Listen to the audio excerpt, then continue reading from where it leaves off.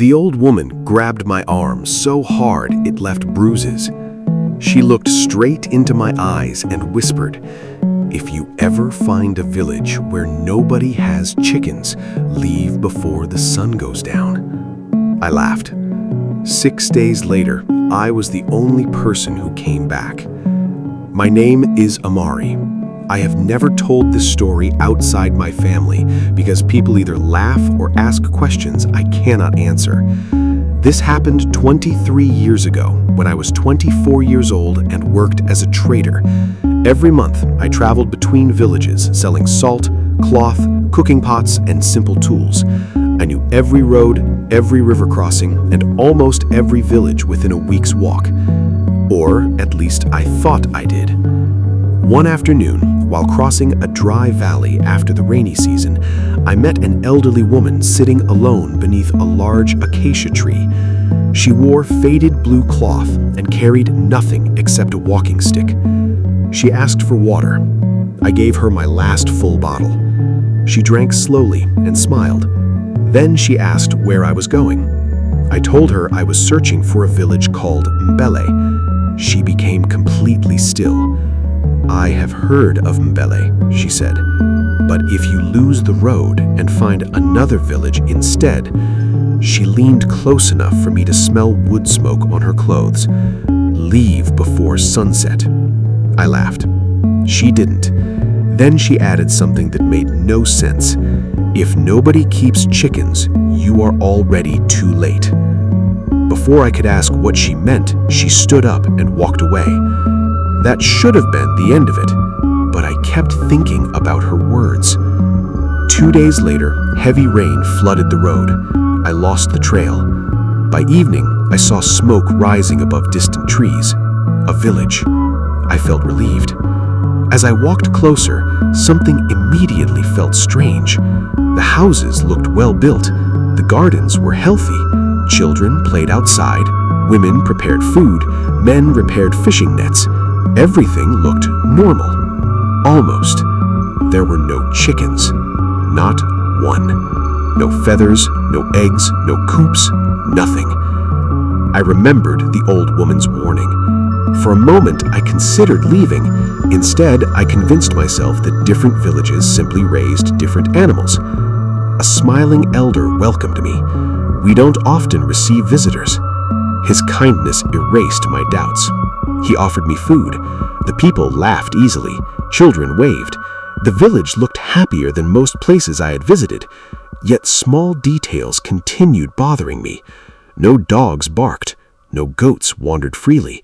Even the birds stayed unusually quiet. After dinner, I noticed another strange thing. Every single person disappeared inside their homes before sunset. No conversations, no music, no fires outside. The entire village became silent within minutes. The elder knocked on my door. "Whatever you hear tonight," he paused, "do not open the door."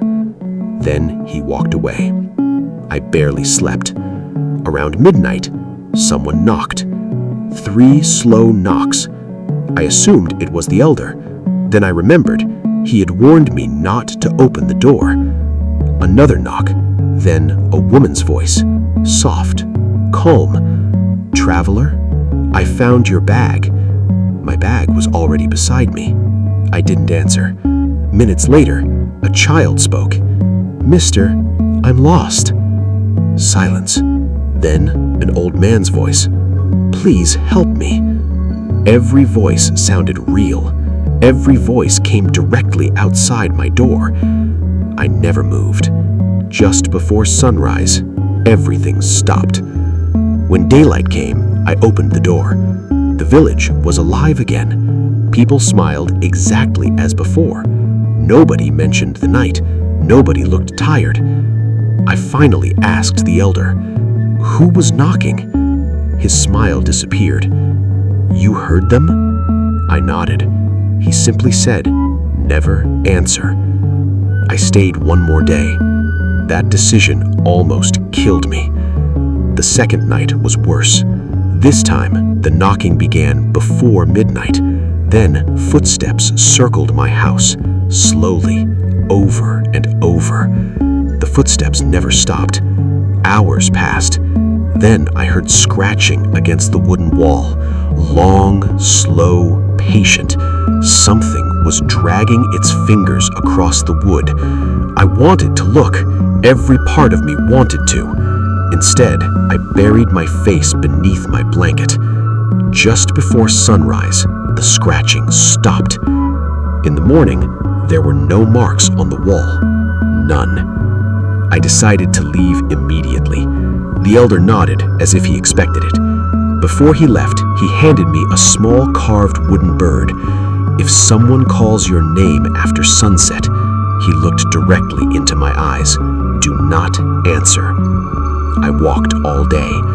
By evening, I should have reached the river. Instead, I arrived back at the same village. I couldn't understand. I had walked in a straight line, yet there it was. The same houses, the same people, the same elder. He wasn't surprised. You stayed too long. I felt panic for the first time. 3 more attempts, 3 different directions. Every road returned to the village. That night, nobody spoke during dinner. Everyone looked afraid. After sunset, the knocking began again. Except this time, it wasn't my door. Someone else screamed. A short scream. Then, silence. Nobody left their house. Nobody even looked outside. Morning came. One house was empty. The family was gone. Everything they owned remained inside. The elder quietly swept their doorway. No funeral, no questions. Life continued. I demanded answers. Finally, the elder told me the story. Long ago, travelers disappeared in these forests. One night, the villagers invited strangers inside to protect them. But fear changed people. They began sending travelers outside whenever the knocking started. Soon, no travelers returned. Years later, the knocking no longer cared who lived there. Now it came for everyone. Generation after generation, no one could leave. No one understood why. That evening, I made my plan. I would leave before sunset. Not after, not at dawn, before. As the afternoon faded, I walked towards the western trail. I never looked back. Then, someone called my name. Amari. It was my mother. Impossible. She had died years earlier. I kept walking. Then my brother called. Then my father. Then my little sister. Every voice sounded perfect. Every memory flooded back. My legs almost stopped.